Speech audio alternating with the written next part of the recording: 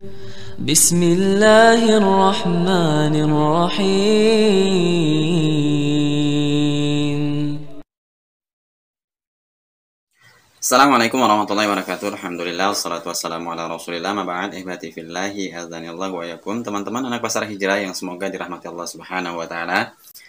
Salafi yang sering sekali digembar-gemborkan oleh sebagian ustadz-ustadz yang tidak sepaham dengan dakwahnya salafi. Salah satunya yaitu Kiai Idrus Ramli yang selalu menggembar-gemborkan yang katanya kajian salafi ini sesat dan menyesatkan. Namun faktanya teman-temannya, dari beberapa pernyataan tersebut yang tidak sesuai dengan realitanya, banyak sekali ustadz-ustadz dari kalangan Nahdlatul Ulama yang ikut andil dan penasaran ingin mendengarkan kajian dakwah salafi tersebut.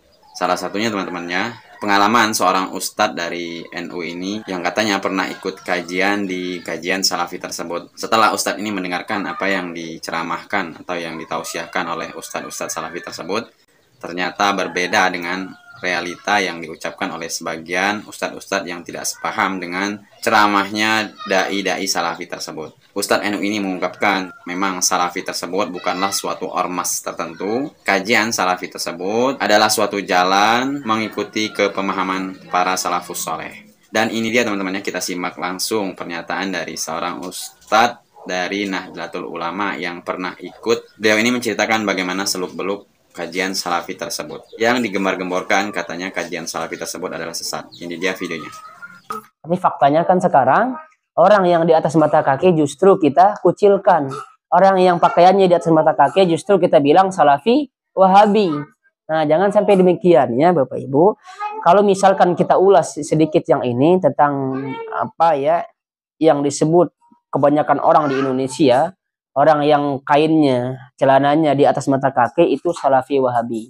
Sekarang pertanyaannya, atau mungkin masih bisa dijawab, apakah salafi ini organisasi atau bukan? Salafi organisasi atau bukan? Bukan organisasi, bukan ormas. Salafi itu adalah cara beragama, pemahaman, itu namanya salafi. Nah, itu ya salafi teh. Orang-orang salaf itu seperti siapa? Pertama, tentu dari Rasulullah, itu namanya salaf. Terus lalu kemudian sahabatnya salaf namanya. Nah, tabiin teh salaf. Tabiut tabiin itu teh salaf. Yang terakhir imam yang 4 itu teh salaf. Jadi kalau kita mengikuti mereka, berarti kita salafi. Jadi ibu, kalau misalkan ngedenger apa melihat orang yang celananya di atas mata kaki, ibu jangan bilang sambil meremehkan itu teh. Karena itu mah salafi wahabi. Emang ibu nggak mau menjadi salafi? Kalau orang pemahamannya bukan salaf, berarti dia bukan ahlussunnah, Bapak Ibu. Nah, salafi wahabi gitu kayaknya jangan seperti itu lagi sekarang. Itu hanya ya perkataan-perkataan sebagian oknum saja yang takut, bisa jadi ya menurut penelitian mah takut jamaahnya keambil, takut penghasilannya berkurang, makanya menyebutnya jadi salafi wahabi. Itu apa Ibu ya. Jadi kalau misalkan ibu mengikuti imam yang 4, itu namanya kita namanya salafi berarti ya. Generasi salaf itu mereka, karena Rasulullah sendiri yang mengatakan, Fatimah, sebaik-baik generasi bagimu adalah aku, kata Rasulullah. Sebaik-baik salaf ya. Sebaik-baik salaf bagimu adalah aku, kata Rasulullah. Berarti kalau kita mengikuti Rasulullah, kita apa namanya? Salafi apa bukan? Salafi. Jadi ibu jangan tabu sekarangnya mendengarkan nama salafi. Itu hanya fitnah saja ya. Kenapa? Nah, salafi sama wahabi bedanya apa? Wahabi dulu itu ada 2 yang namanya yang disebutkan dengan wahabi ini. Yang pertama, betul yang suka mengkafir-kafirkan orang. Itu wahabi ya. Yang kedua, dia itu menghalalkan darah kaum muslimin. Tapi mendarah halal ya, darah kaum muslimin tak halal. Nah, pokoknya yang tidak sepaham pemahaman dengan dia bunuh saja langsung. Nah, tetapi bukan dinisbatkan kepada Syekh Muhammad bin Abdul Wahab. Syekh Muhammad bin Abdul Wahab beliau ahlu sunnah wal jamaah.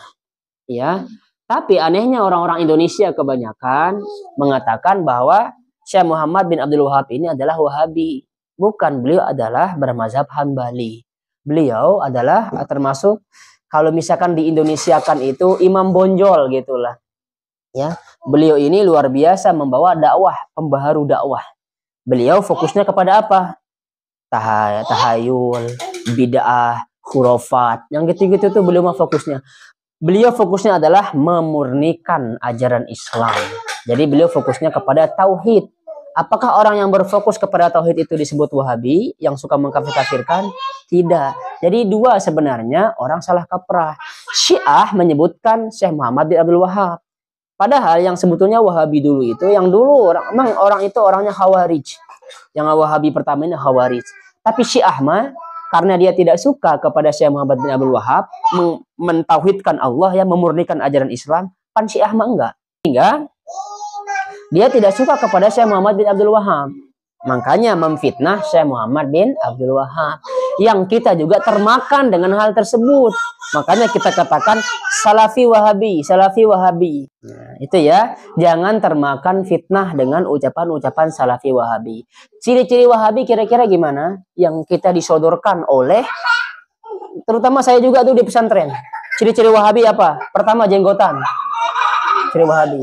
Sekarang Rasulullah jenggotan apa tidak? Berarti Rasulullah apa? Wahabi. Itu ya.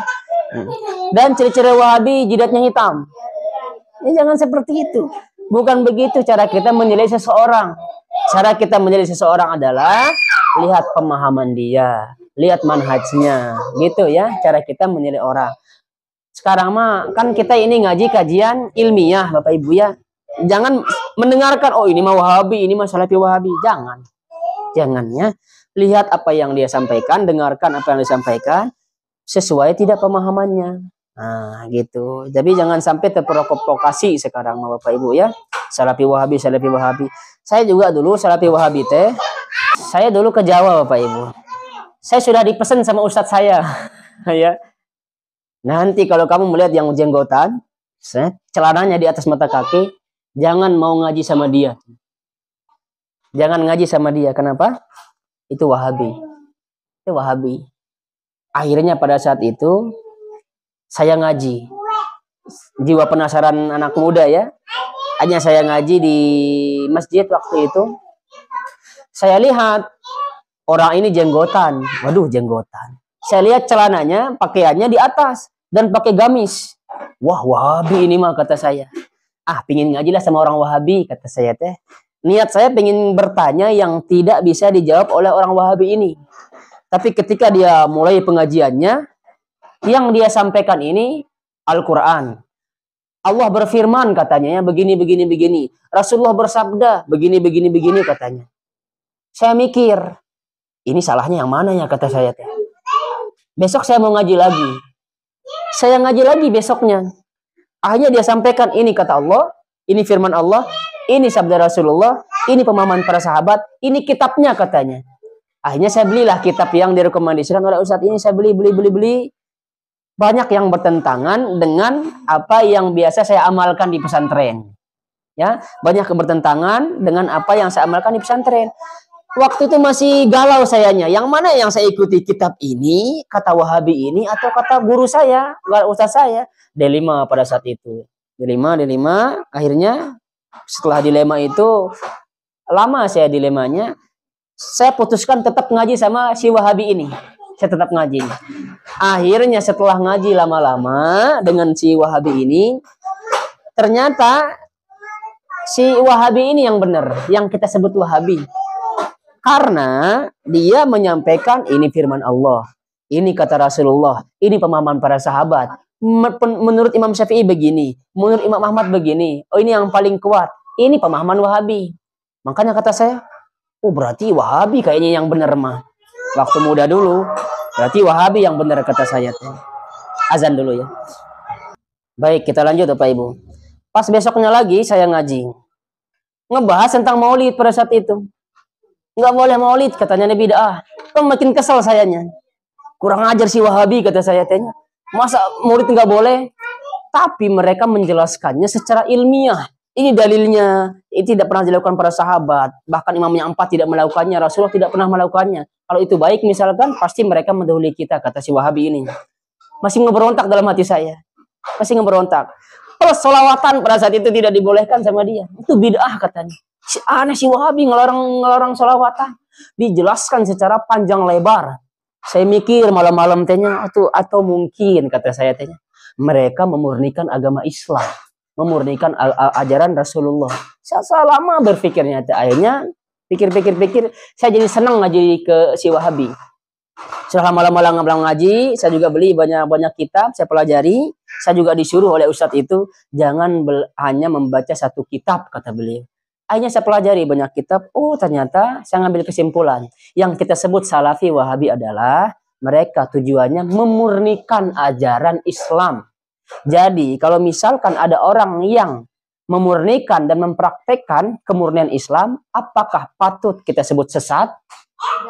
Nah, kita mengada-ngada sesuatu yang baru, yang tidak diajarkan Rasulullah, ibadah yang tidak diajarkan Rasulullah, siapa kira-kira yang rentan disebut sesat?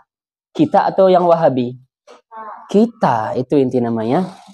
Dan begitulah teman-temannya, apabila kita belum langsung ikut mendengarkan kajian Salafi, yang dikatakan katanya kajian Salafi tersebut adalah kajian yang sesat. Namun apabila kita telah mengikuti dan mendengarkan tausiah dari ustadz-ustadz Salafi, maka pasti kita akan menjumpai bahwa tidak ada kesesatan di kajian Salafi tersebut.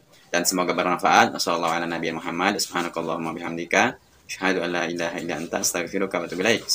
warahmatullahi wabarakatuh.